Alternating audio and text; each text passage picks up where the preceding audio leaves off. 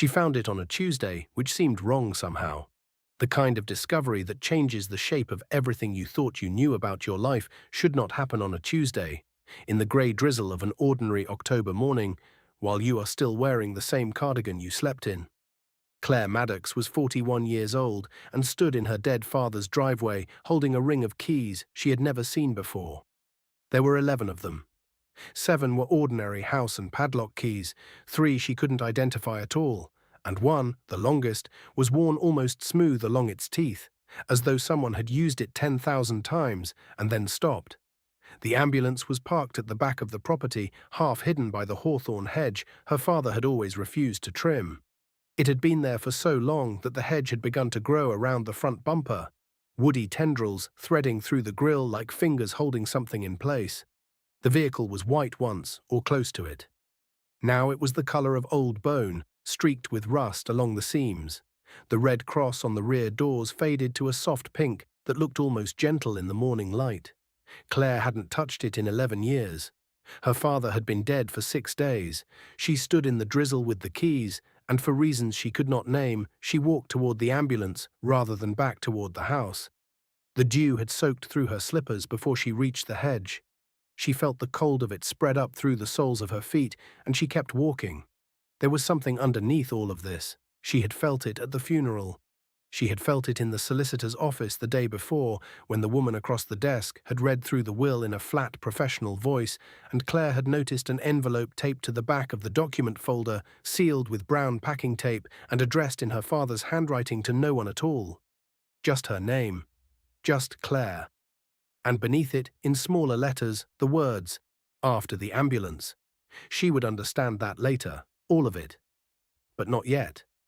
For now she stood at the rear of the vehicle with the long, smooth key in her hand, and the hedge dripping quietly around her, and the whole weight of a life she thought she already understood pressing down on the crown of her head like weather. But to understand this, we have to go back to the beginning. Not to the day her father died, or the day she stopped speaking to him for 3 years, or even the day she first understood what the ambulance meant to him. We have to go back much further than any of that. We have to go back to the summer Claire was 7 years old, and the smell of engine oil and antiseptic that clung to her father's uniform every evening when he came through the kitchen door. His name was Arthur Maddox. He was a paramedic for 31 years, with the same station, in the same mid-sized English town, and he was the kind of man people described as steady. Not warm, exactly. Steady. The kind of man who was always in the place he said he would be, who said what he meant, who folded his newspaper before he put it down. Claire's mother, Joan, had loved him for exactly that quality for the first decade of their marriage, and had grown silently exhausted by it in the second. Joan left in the March of the year Claire turned 14. There was no drama to it, or very little. One morning she was at breakfast, and by the afternoon her side of the wardrobe was half empty. She left a note for Arthur, and she took Claire to stay with her sister for a fortnight, and when the fortnight ended and Arthur came to collect Claire, Joan had simply not returned to the house. Claire remembered standing in her aunt's hallway with her overnight bag, watching her father through the glass panel of the front door. He stood on the step for what felt like a very long time. He did not ring the bell a second time. He drove Claire home in silence and made scrambled eggs, and they sat at the kitchen table and ate them, and that was how their life together started. Just the two of them, and the steady man, and the house, and on weekends the ambulance. He had bought it the year before the separation, a decommissioned vehicle from the county fleet, end of service, sold for next to nothing at a public auction. He told Joan he was going to restore it. He never did exactly. He cleaned it. He maintained it. He kept the engine running. But he never repainted it, never replaced the signage, never converted it into something else the way he'd supposedly planned. He simply kept it in the driveway first, and then, after Joan left, and he built the lean-to at the back of the garden in its own small shelter against the hedge. Claire had spent a good deal of her teenage years in that ambulance, not doing anything in particular. Sitting in the passenger seat, doing homework while Arthur pottered beneath the bonnet.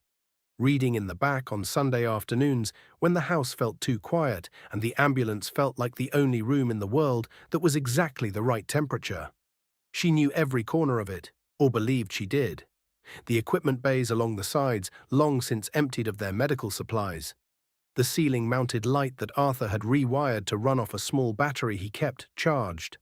The stretcher in the center, still bolted to its runners, still capable of rolling smoothly out through the rear doors if you released the mechanism, which Claire had done exactly once and been told in her father's quiet way never to do again.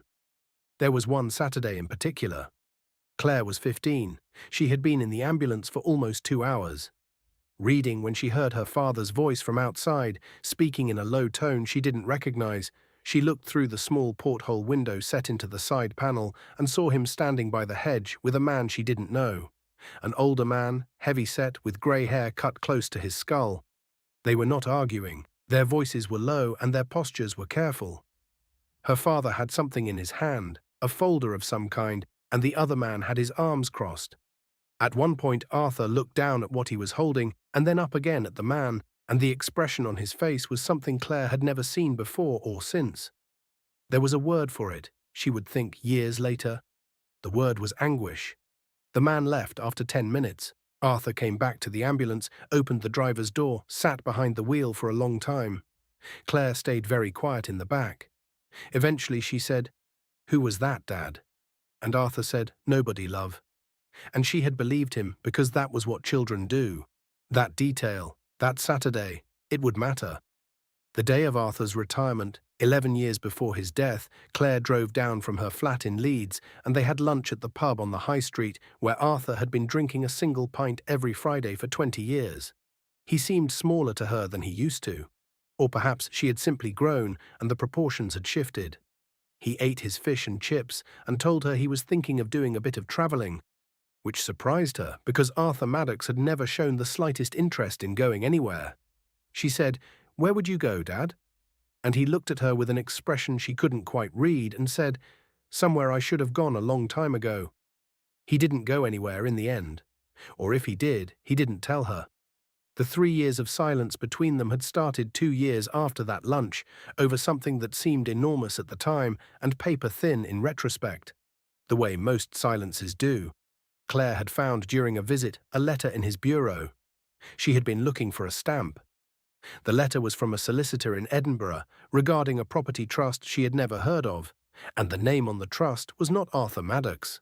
The name was Arthur Maddox Rennie, the middle name she had never known he had, paired with a surname she had never heard at all. When she asked him about it, he had gone very still. And then he had said, in a voice she didn't recognize, that there were things in his life that belonged to him alone, and that he would not be discussing them. She said his name once, Dad, and he said nothing. She drove back to Leeds that evening, and she didn't come back for 37 months. He called her once in that second year. She let it go to voicemail. He said only, "When you're ready, there's something I should have told you. I'm sorry I left it this long." She didn't call back. Now she stood in the driveway with the key and the hawthorn dripping and the guilt of that voicemail living somewhere below her sternum where it had lived for 9 years. The longest key fit the rear doors of the ambulance.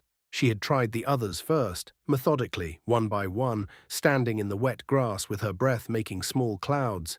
None of the others came close, but the long-worn key, when she pressed it into the lock, turned with an ease that seemed almost welcoming, as though the mechanism had been waiting for exactly this amount of pressure. No more, no less. The rear doors swung open. The smell hit her before anything else did. It was not the ambulance she remembered, not entirely. There was still the trace of it underneath, the metallic ghost of antiseptic and old rubber seal, the particular dry warmth of an enclosed space that has been insulated against the weather. But over all of that was something else. Paper and dust, and something faintly floral that she couldn't place. Something she associated vaguely with old houses and the back of wardrobes, and the specific quality of air in rooms where someone has spent a great deal of time alone. She put her hands on the rear step and pulled herself up. The equipment bays were not empty. She had expected them to be. They had been empty for as long as she could remember. The metal shelving bare and slightly orange with surface rust, nothing on them but dust. But now, or at some point in the 11 years she had not visited, Arthur had lined them with things. Cardboard files, some of them quite old, their spines labelled in his careful handwriting. A row of small notebooks, the kind with marbled covers, wedged upright against the wall of the bay with a piece of rubber doorstop. A tin that she recognized, red and green. The tin that had sat on the kitchen windowsill her entire childhood, that her father had always said contained screws and would not be opening when she asked. She didn't touch any of it yet. She looked at the stretcher. It sat in the center of the vehicle the way it always had, bolted to its runners, the thin mattress still covered in its original green vinyl, cracked along the left edge where someone had folded it too many times. It looked the same as it always had, but there was something about the space beneath it, the cavity between the frame and the floor, that was different. She had to look at it for a full minute before she understood what she was seeing. There was a seam. Running along the floor panel beneath the stretcher, a straight, deliberate seam that did not match the panel joins anywhere else in the vehicle. She crouched down. Her knees made a sound she ignored. She ran her fingers along the seam and felt the faint ridge of it. Too clean to be a manufacturing joint, too straight to be accidental. At one end, half hidden by the bolt housing of the stretcher runner, there was a small recessed ring, the kind set flush into a surface so that it lies flat when not in use. She pulled it. The panel lifted. It was not deep, perhaps 30 centimeters, but it was wide, running almost the full length of the stretcher frame, and it was full. Claire sat back on her heels. For a moment she simply breathed. Below her, in the hidden compartment that had been built, or adapted or carefully disguised at some point in the last 30 years, in the vehicle she had sat in and read in and known like a second home, in the space no one had ever told her about, were several things. A bundle of letters, tied with the kind of brown parcel string that people used to use and mostly don't anymore. A photograph, the old square format of a 70s print, face down. A small cloth bag, the drawstring type, dark blue, slightly flattened as though whatever it contained was made of paper. And a key. A different key, smaller than the one she had used to open the doors, heavier, the kind used for a safe or a strongbox. The kind that suggests a single purpose. She reached for the photograph first because she was human and afraid, and photographs feel like the least consequential thing, and often are and sometimes are not. She turned it over. A woman she had never seen before, perhaps 30 in the photograph, maybe a little older. Dark hair cut short, a way of looking directly at the camera that was composed without being cold. She was standing in front of a building that Claire did not recognize, a stone building, older architecture, somewhere northern-looking, somewhere with a particular quality of grey sky above the roofline that felt Scottish without quite being identifiable. On the back of the photograph, in handwriting that was not her father's, were 4 words. For when she's ready. Claire stayed in the ambulance for a long time after that. The morning passed around her, the drizzle softening and then stopping, a blackbird appearing on the hedge and regarding her briefly and leaving. She sat with her back against the equipment bay and her knees drawn up and the photograph in her lap, and she let herself be still because she had a feeling that what came next would require all the steadiness she could gather. She opened the letters last. There were 9 of them. Some were written on proper letter paper, the kind with a faint laid texture, cream-colored. Others were on plain white A4 folded into thirds. All of them were addressed to Arthur, and all of them were signed with the same name. Margaret Rennie. Claire read them in order. She had to read the first one twice before the words settled into meaning, because the handwriting was neat, but the content seemed at first impossible. And then, by the third letter, the shape of it began to emerge from the confusion the way a coast emerges from fog. Not all at once, but in pieces, each piece confirming the one before. Margaret Rennie was Arthur's sister, not a half-sister, not a step-sibling, not a distant connection. A full sister, born 18 months before Arthur, to the same parents, in the same Edinburgh tenement in the same winter. They had been separated when Arthur was 3 and Margaret was 4.5. During the dissolution of what the letters referred to simply as the family difficulty, which was a very careful phrase for what had apparently been a catastrophic unraveling of 2 parents who could not finally manage to hold any of it together. Margaret had gone to their mother's sister in Edinburgh. Arthur had gone to their father's parents in Yorkshire, And that had been the end of it for decades. She had found him. That was the story in the letters, 9 letters over 7 years. She had hired a genealogist sometime in the late 1980s, and the trail had led her to a paramedic in a mid-sized English town who went by Arthur Maddox. The Rennie dropped somewhere in the transfer of custody, the way names sometimes fall away in bureaucratic transitions as though they were never really attached. The first letter had been careful and formal. She had not wanted to upset his life, she had only wanted to know if he was there, if he remembered anything, if there was any room, at whatever distance he chose, for a connection. He had written back. The evidence was in the way her subsequent letters changed tone, opening up, growing warmer, referencing things he had apparently told her in return. By the 5th letter, she was calling him Art, which was a name Claire had never heard anyone use for her father, ever in her entire life. By the 7th letter, Margaret was discussing the family property. Claire read that letter very carefully, twice, 3 times, her hands very still against the paper. Their parents, it emerged, had owned a small house in Edinburgh. Not much, by any reasonable measure, but theirs. When the family dissolved, the house had been placed in a trust administered by a solicitor, pending the resolution of various competing claims from both sides of the family. That resolution had never come, or not cleanly. The solicitor had died. The trust had passed to a firm that didn't know its own history. The house had sat quietly for 40 years, rented out by the trust, the rental income sitting unclaimed in an account that nobody had looked at in a generation, while the relevant parties either died or moved or simply let the thread go. Margaret had found the thread. She had followed it. And what she had found at the end of it was that the house and everything accumulated in the trust account over 40 years belonged, legally and verifiably, to Arthur and Margaret Rennie. Jointly, equally, and to their heirs. The 8th letter was shorter. The tone had changed. Something had happened between the 7th and the 8th, some gap in communication that the letter itself acknowledged.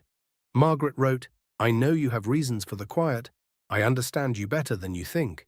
But Art, you must stop carrying this alone. The house is part of your life." It always was.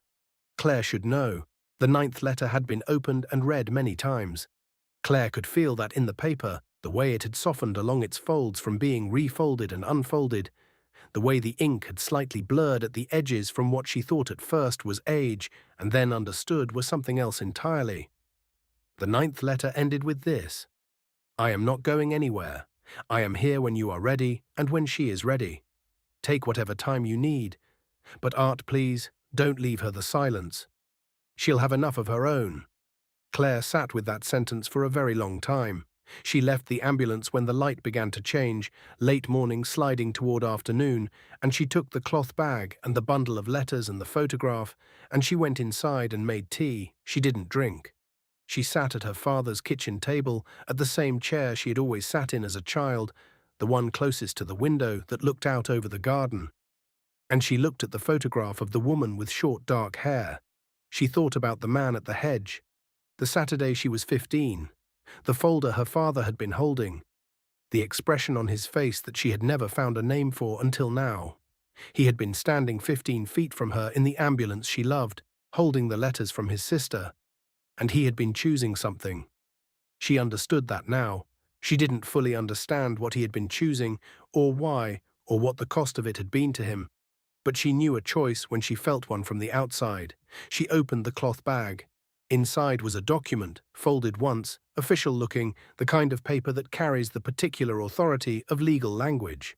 It was a letter from a firm of solicitors in Edinburgh, dated 8 months ago. It described in careful legal terms the status of a property trust and its associated account, and it addressed jointly the heirs of Arthur Maddox Rennie and Margaret Rennie.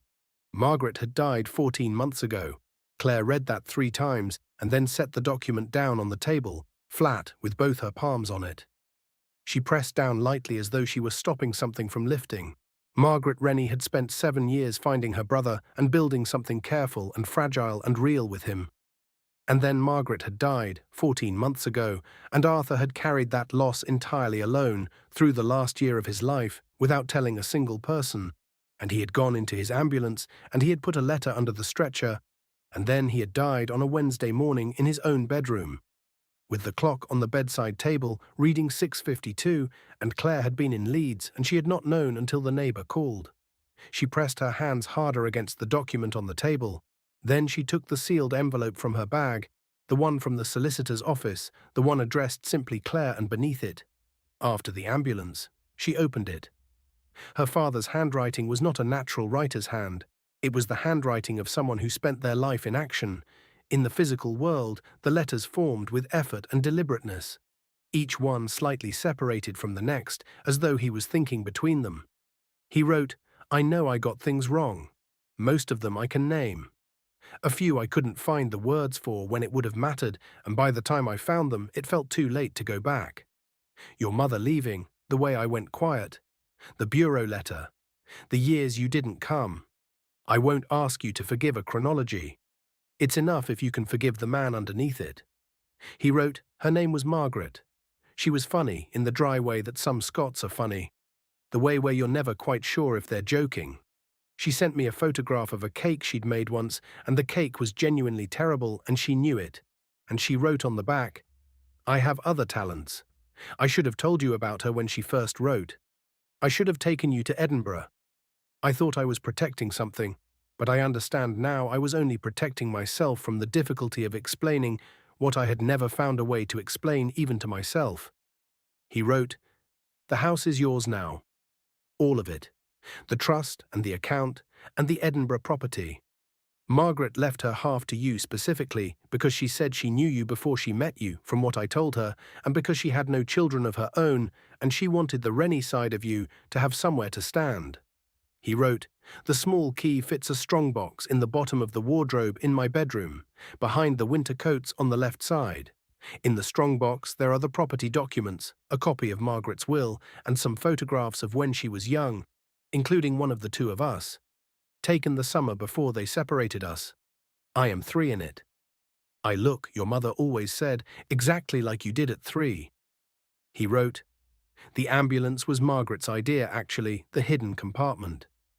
She knew I had a habit of not knowing where to put things that mattered, so she said, put them somewhere that already matters, which was the most sensible thing anyone ever said to me, and I am sorry it took me until now to act on all of it sensibly.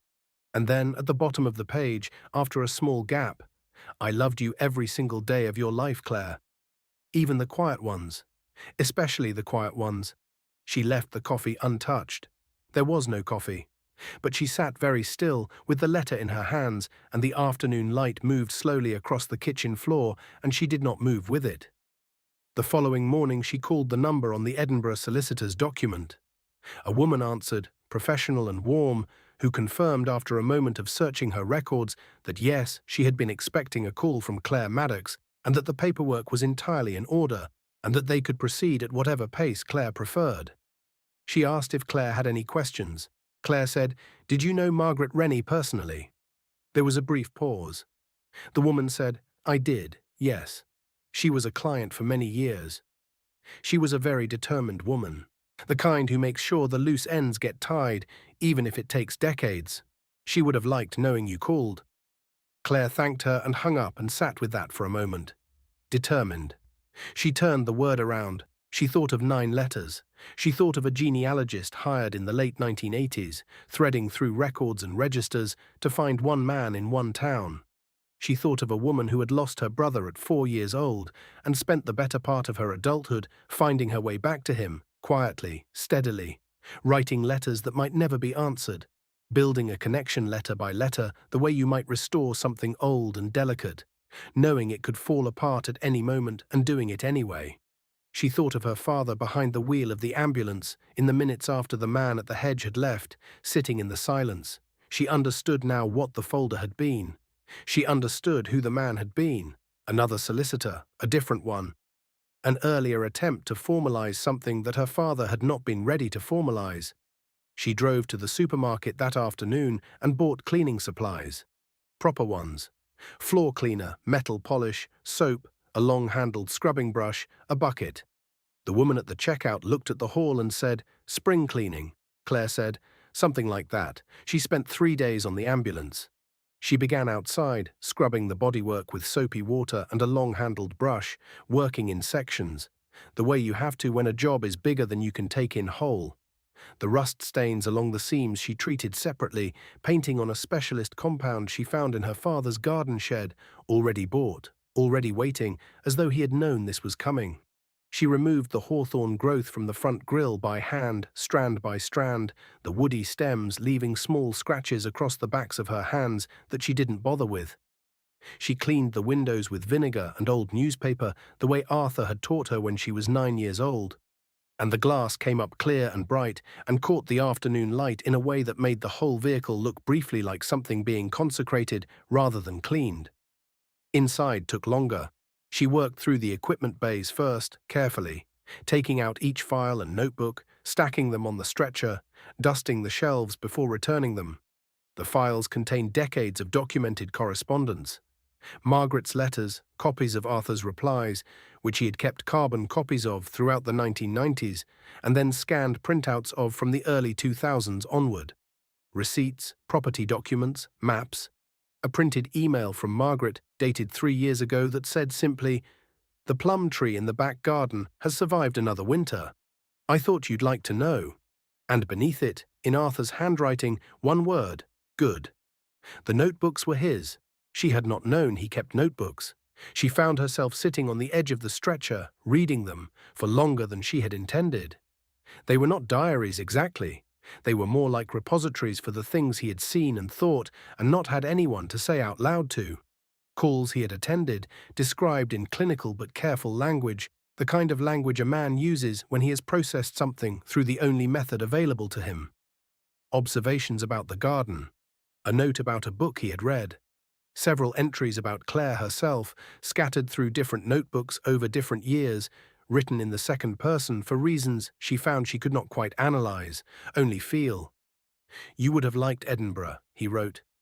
"The light there is different, or Margaret says it is, and I believe her because I remember being small and the sky being enormous and the cold on my face on the way to school, and that's where that memory lives, even if I never knew until now that it was Edinburgh.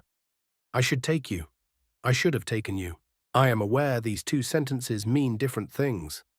She read that particular entry 3 times and then closed the notebook and put it with the others and sat very still, listening to the sound of the neighborhood outside. A dog somewhere 2 streets over, the distant sound of a school bell, a lawnmower being started and immediately stopping. On the second day she cleaned the floor of the compartment. She removed everything from it, laid each item on the grass with care, and scrubbed the interior with warm water and a cloth. And when she dried it, she could see that the wood beneath was good wood, sealed against moisture, the work of someone who had built this space with intention. There was a maker's mark on one of the internal panels. She photographed it, and later that evening searched it online and found that it was the mark of a small joinery in Edinburgh, still trading. She called them, half expecting nothing. A man answered. She described the mark. He was quiet for a moment and then said, "Aye, we did some unusual work for a woman over the years, a Margaret Rennie. Would it be related to her?" "Yes," Claire said. "Yes, it would." The man was old enough to have known Margaret himself, and he talked about her for 10 minutes with the unself-conscious warmth of someone who has stored a good memory carefully and is simply glad for the occasion to take it out. "She was very particular," he said. "She knew exactly what she wanted, and she had a gift for making you feel like the work you did mattered. The compartment," he said, "had been built to her specification, she had provided the measurements herself, and she had asked him to make the whole thing as quiet as possible. The latch mechanism, the panel fit, all of it. She wanted it to hold safely," she said. "She wanted whatever went inside to be properly kept." Claire thanked him and hung up and stood in the garden in the last of the evening light, looking at the ambulance. On the 3rd day she found the strongbox. It was exactly where her father's letter had said it would be. Behind the winter coats in the bottom of the wardrobe, a grey metal box the size of a large hardback book, the small heavy key turning smoothly in its lock with a clean sound that was somehow satisfying in the way that well-made mechanisms are satisfying. Inside there were the legal documents, as promised, neatly organized in a paper folder. There was a copy of Margaret's will, formal and final, the language of it clear about Claire Maddox as sole beneficiary of Margaret Rennie's share of the Rennie family trust. By name, by relationship described as niece, which stopped Claire for a moment, The shape of that word in that context, the way it had apparently existed for years without her knowledge, waiting to be true. And there were the photographs. Not many. Perhaps 15 in total, spanning multiple decades, held together with a rubber band that had begun to perish and fell apart when she touched it. The oldest ones were black and white, or close to it, the specific grey scale of mid-century photography. A couple outside a tenement door, young, tired-looking, holding two children, a girl and a boy. The girl had short dark hair, even as a small child, the same quality of direct gaze, the same composure that would still be there in the 1970s photograph Claire had found in the compartment. The boy was small, fair-haired, holding the girl's hand with an absent-minded grip, the way children hold hands when they're not thinking about holding hands, but need to be near the person anyway. She knew him, she had always known him, but she had never seen him small before, or before Yorkshire, or before being steadied by life into the shape she'd recognized as her father. 3 years old and holding his sister's hand in the Edinburgh light. She put her thumb gently against his small face and stayed very still. The photographs from later decades were in colour. Margaret at various ages, sometimes alone, sometimes with friends whose names Claire didn't know. Arthur, very occasionally, the photographs taken by someone else, at a distance, as though documentation had felt presumptuous. The careful record of a relationship still learning how much space to take up. One photograph of the two of them together, the only one, taken at what appeared to be a restaurant table, both of them looking at whoever held the camera with expressions of mild amusement, their heads tilted toward each other by perhaps 3 inches. Not much. Enough. Claire propped that photograph against the kettle in the kitchen, where she could see it from the table. Then she made tea, and this time she drank it. There was a woman at the solicitor's office who had known about all of this for some time, had held the professional edge of it with efficiency and discretion, and who deserved a better conversation than the one Claire had managed the previous day. There was also a cousin of her mother's, a woman named Frances, who had been the closest thing to a family intermediary during the silent 3 years, who had left Claire 3 messages in the week since Arthur died and who Claire had not yet called back.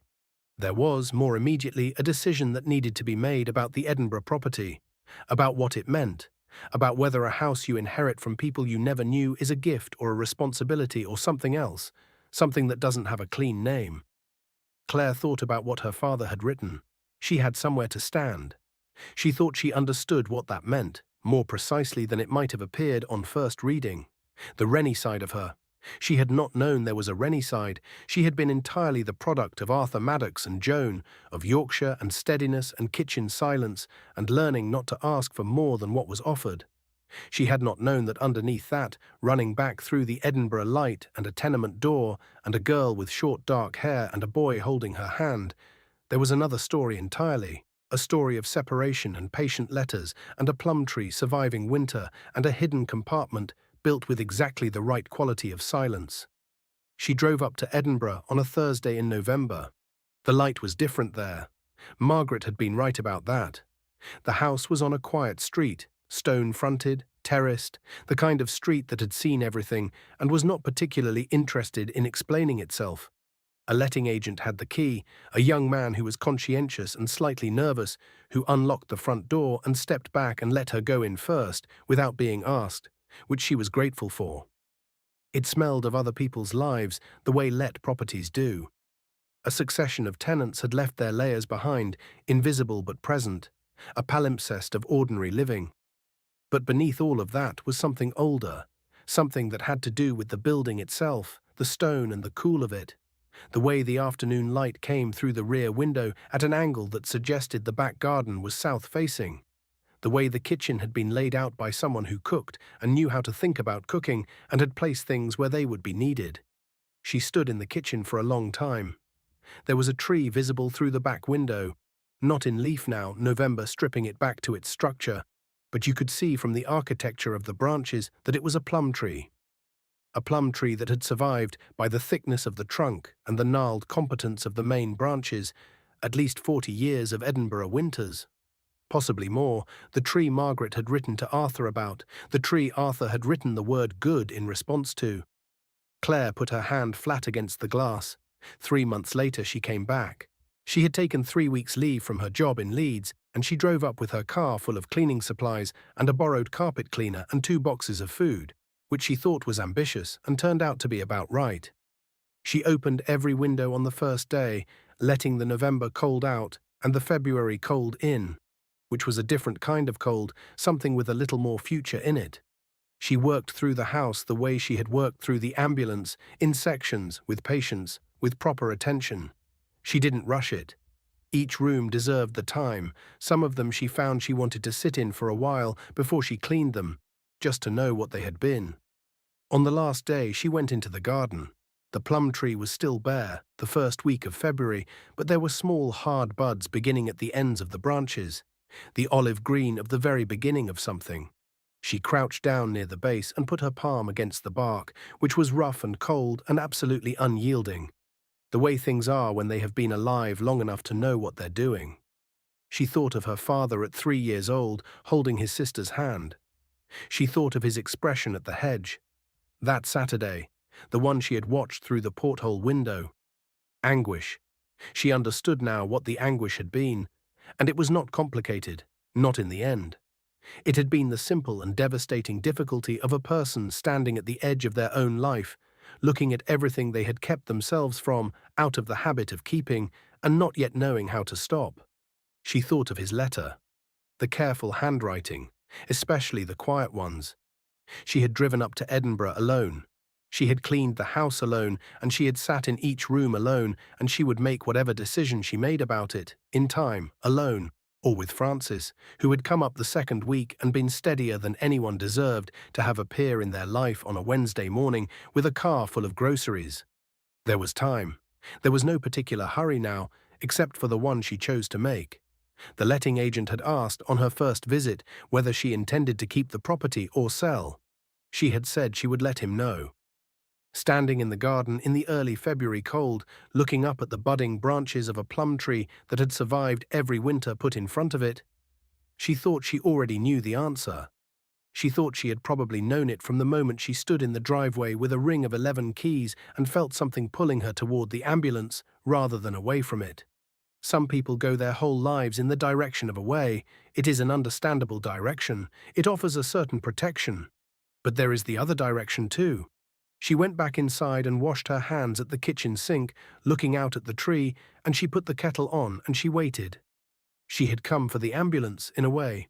She had come because a key had been left for her, and a father had found his way to a partial honesty in the last months of his life, and a woman named Margaret Rennie had spent decades ensuring that the loose ends were tied properly and the compartment was sealed against moisture, and the right things were properly kept. She had come for all of that, and standing in that kitchen, with the kettle beginning its slow rise toward boiling, and the tree visible through the glass, and the light doing what Margaret had always said it did in Edinburgh, she understood that what she had found in the hidden compartment under the stretcher was not a property or a trust or a legal claim. What she had found was her name. The whole of it. The part that had been mislaid in a bureaucratic transition before she was born. The part that had been carried and protected and finally